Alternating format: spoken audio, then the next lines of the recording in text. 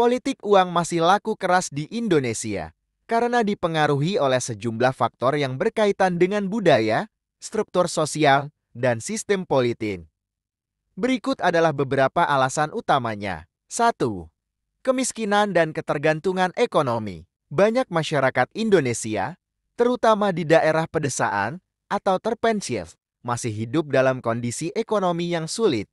Dalam situasi seperti ini, pemberian uang atau barang menjadi sesuatu yang sangat menggoda, terutama ketika diberikan menjelang pemilu. Ketergantungan ekonomi ini membuat masyarakat lebih mudah menerima iming-iming materi dalam jangka pendek tanpa memikirkan konsekuensi jangka panjang. 2. Minimnya pendidikan politik. Pemahaman masyarakat terhadap politik dan dampaknya cenderung masih rendah.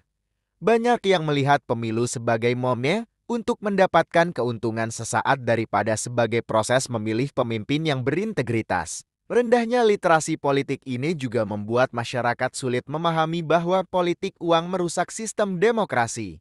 3.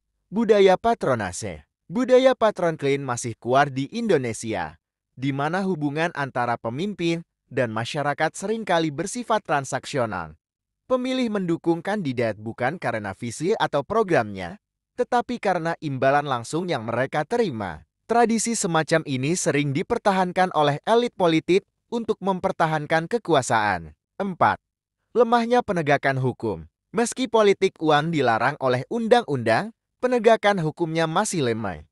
Pelaku seringkali tidak mendapat sanksi yang tegas, sehingga tidak ada efek jera. Sistem pengawasan, seperti yang dilakukan oleh Bawaslu, seringkali memiliki keterbatasan dalam hal sumber daya dan jangkauan. 5.